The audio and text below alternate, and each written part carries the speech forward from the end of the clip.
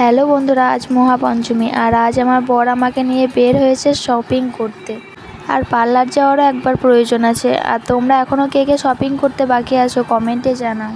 আর দুজন মিলে ইয়ার্কি ঠাট্টা করতে করতে পৌঁছে গেলাম পার্লারে কাজ ছেড়ে বেরোতেই দেখলাম মোমোর দোকান। আর দেরি না করে ঝটপট চলে গেলাম মোমোর দোকান।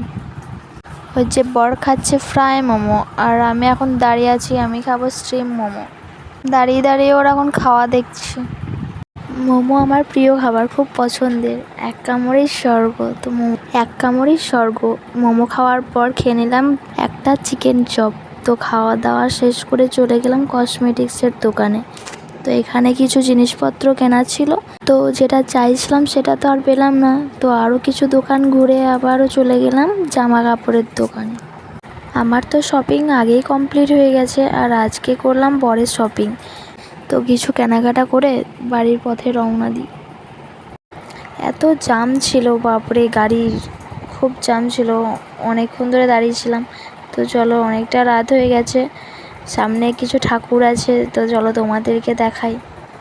ঠাকুর হয়তো দেখতে পাবে না, প্যান্ডেলটাই দেখা যাবে, তো চলো। আর হ্যাঁ, আমার ভিডিও কি তোমাদের ভালো লাগে? তো সবাই কমেন্টে জানাবে একটু, আর ভালো লাগলে অবশ্যই ফলো করবে।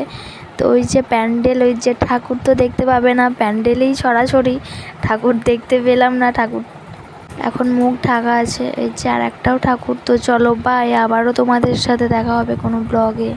সবাই ভালো থাকবে, সুস্থ থাকবে, টাটা।